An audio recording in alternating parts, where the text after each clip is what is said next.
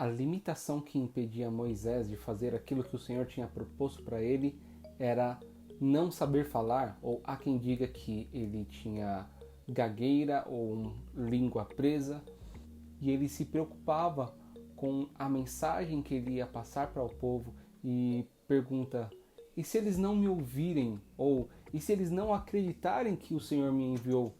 E Deus diz a Moisés: o que você tem nas suas mãos? E ele responde: eu tenho um cajado. E Deus mostra que com aquilo que Moisés tinha nas mãos, ele poderia usá-lo. E mostra que ele poderia fazer milagres, prodígios e maravilhas através disso. O que você tem nas suas mãos? O que te impede de fazer alguma coisa? É sobre isso que nós vamos conversar hoje. Vamos falar de adoração?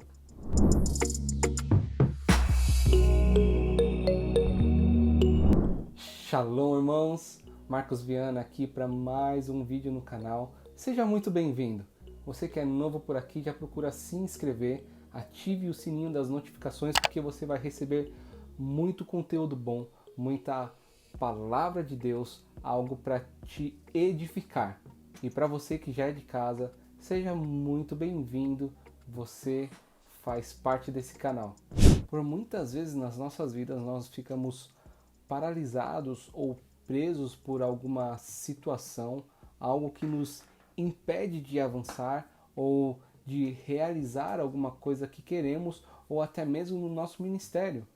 Alguns sentimentos invadem nosso coração, a nossa alma. Nós ficamos presos a esses sentimentos, pessoas que nos feriram, situações que aconteceram e não conseguimos avançar de jeito nenhum, porque esses sentimentos, esses pensamentos são cíclicos.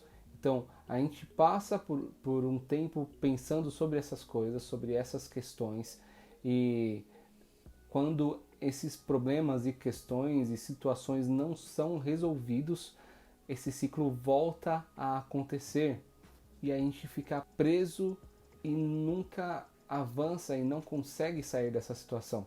Quantos de nós nunca ouviu ou até mesmo disse essa frase: eu não merecia isso, ou eu não merecia passar por isso? E sentimentos de ódio, injustiça, rejeição, tristeza, mágoa, medo, ressentimento, frustração, culpa, esses sentimentos que são gerados em nós realmente nos impossibilitam de fazer qualquer coisa. E enquanto nós não tratamos de fato esse problema, ou esse sentimento, ou situações que aconteceram, certamente será impossível de avançar. Moisés foi criado como um príncipe. Ele foi criado pela filha do faraó nos melhores e nos maiores padrões existentes na terra. Ele foi ensinado em toda a maior ciência, a melhor ciência da época. Ele tinha conhecimentos de batalha, conhecimentos militares, todo o conhecimento disponível para ele para ser um grande líder, um diplomata, foi ensinado a ele desde que ele era uma criança. Então, Moisés, ele era habilitado a ser um grande homem, um grande líder. Deus possibilitou isso para ele no pior dos momentos, onde não haveria nenhuma expectativa para que ele sobrevivesse. Ele vai parar dentro da casa de Faraó, o rei de um país e a maior potência da época. Foi lá que Moisés foi criado. E então, já mais velho, quando ele descobre a sua origem, sendo um hebreu, ele não consegue ficar indiferente à impunidade ou à escravatura daqueles que eram o seu povo. E ele acaba por matar um dos feitores que estava açoitando alguns hebreus, e ele se vê na necessidade de fugir para preservar a sua vida. E então Moisés ele começa a ser treinado para um próximo estágio de sua vida. Ele vai para o deserto e lá ele estabelece uma família e ele começa a criar e cuidar do rebanho de ovelhas do seu sogro Jetro. E esse mesmo sogro, que era um sacerdote do Deus Altíssimo, começa a ensinar a ele sobre Deus, a ensinar a ele sobre quem é Deus. E aí Moisés ele começa a conhecer aquele Deus que é o mesmo Deus do seu povo. Moisés passa 40 anos no deserto, sendo treinado diariamente. Podemos dizer que durante toda a vida de Moisés ele foi preparado para Deus, para o específico momento onde Deus o chamaria ou o comissionaria para libertar o povo da escravidão. Daí então, quando Deus se apresenta a ele, ele começa a olhar para si mesmo e ele vê sua inaptidão. Ele não percebe que toda a sua vida culminou naquele momento. Tudo o que ele aprendeu, tudo o que ele viveu foi uma forja de Deus para que esse momento acontecesse. E ele olha para a única coisa, aquela única limitação que o impediria de viver aquilo que Deus estava colocando diante dele. Ele era pesado na língua, como diz na palavra. Ou nas versões mais atuais da Bíblia, ele diz que ele não sabe falar, ele não sabe se expressar. Então, de tudo o que ele viveu, de tudo o que ele aprendeu, a única coisa que o impediria de viver algo maior era a pronúncia dele. E ele se agarra a isso e fala: Senhor, mande outro no meu lugar. E Deus o repreende. Mas ainda assim, Deus prepara Arão para que fosse o porta-voz de Moisés, para que ele fizesse aquilo que Deus havia proposto para ele. Esse mesmo padrão acontece nas nossas vidas. O Senhor nos prepara para fazer algo, o Senhor nos ensina durante toda a nossa vida para que nós possamos fazer alguma coisa. E eu não falo somente de ações ministeriais, de igreja, de obra social, não é só isso, mas onde o Senhor te chamou para estar. De repente o Senhor te chamou para estar num ambiente corporativo, onde você vai ser luz do mundo e sal da terra, para trazer o evangelho, seja como for. Às vezes o Senhor te chamou para estar no meio das artes, da TV, do teatro, ou ser uma referência como um artista plástico ou um pintor. Eu não sei qual é o seu chamado, o que você tem nas suas mãos. O Senhor está perguntando para você qual é a sua limitação. O que você diz para você mesmo que te impede de fazer alguma coisa? O que te impede de ter um emprego melhor? O que te impede de ter uma saúde melhor? O que te impede? Quais são as suas limitações? Nós criamos barreiras em nós mesmos para que nós não façamos algo maior. Essa semana mesmo eu estava conversando com alguns amigos e eu contei uma parte da minha vida onde eu fiquei desempregado por bastante tempo, eu não conseguia me recolocar no mercado de trabalho e eu comecei a tentar fazer algumas coisas e, enfim, aí chegou uma época que eu comecei a sentir dó de mim mesmo.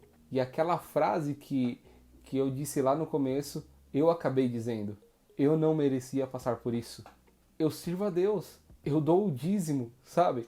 Eu comecei a falar isso para mim mesmo.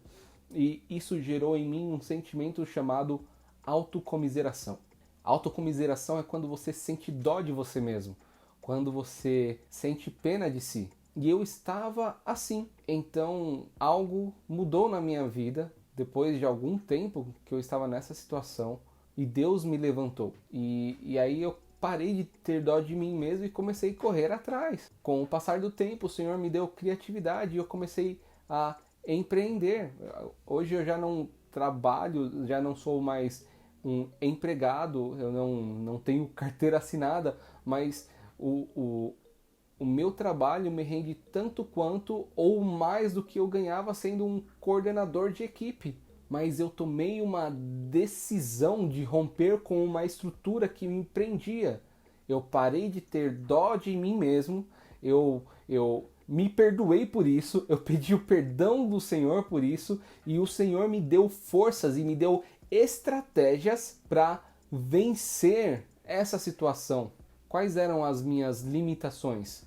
Eu fui demitido sem uma causa justa, eu não tinha estudo ou não tinha competência o suficiente para progredir na minha carreira e eu me achava incapaz de voltar para o mercado de trabalho. E qual foi a solução para isso tudo? Primeiro, eu parei de ter dó de mim mesmo e eu comecei a me capacitar para fazer o que eu faço hoje. Não importa a sua circunstância, não importa o seu status social, não importa nada disso.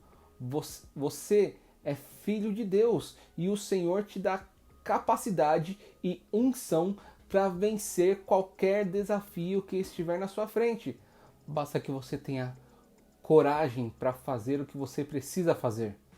E o Senhor vai te dar a unção, a capacitação e as estratégias para que você faça o que você precisa fazer. Porque através do que você faz, Deus vai se manifestar na sua vida e através da sua vida. Muitas pessoas ao longo da Bíblia tinham limitações que poderiam impedi-los de realizar aquilo que Deus propôs para eles. Jacó, ele era enganador, mas foi através dele que a totalidade da promessa de Deus na vida de Abraão foi cumprida. Gideão, ele disse que ele era o menor da sua casa essa que era a menor da sua tribo e tribo que era a menor do seu povo. Mas foi através de Gideão que Israel saiu de debaixo da opressão dos midianitas. Raabe era uma prostituta, mas ela ouviu falar de um Deus que agia em favor do seu povo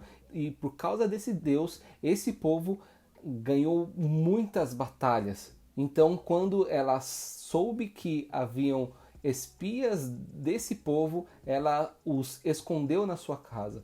E por causa do seu ato de bondade, por causa do temor que ela teve por esse Deus, ela pôde se aproximar desse Deus e ela chegou a fazer parte da genealogia de Jesus.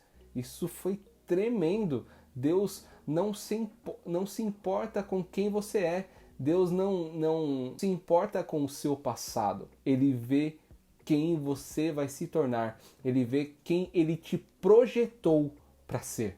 Saulo era um assassino. Ele perseguia os cristãos e os matava, incluindo o Estevão. Agora, esse Saulo, que era perseguidor e assassino de cristãos, quando se encontra com Jesus, ele passa a ser Paulo, um dos maiores apóstolos da Bíblia. E ele passa a ser não mais perseguidor, mas perseguido. Timóteo, ele era muito jovem para atuar no ministério. Mas o Espírito Santo encheu Timóteo de tal forma que esse jovem, esse neófito, inexperiente, se tornou sábio a ponto de ser um líder na igreja, de ser um pastor, de ser alguém que devia ser seguido. Deus não se importa com as suas limitações. Ele te projeta além delas ou acima delas e te faz prosperar em toda boa obra, em tudo aquilo que Ele te chamou para fazer. Mais uma vez eu te pergunto, qual é a sua limitação?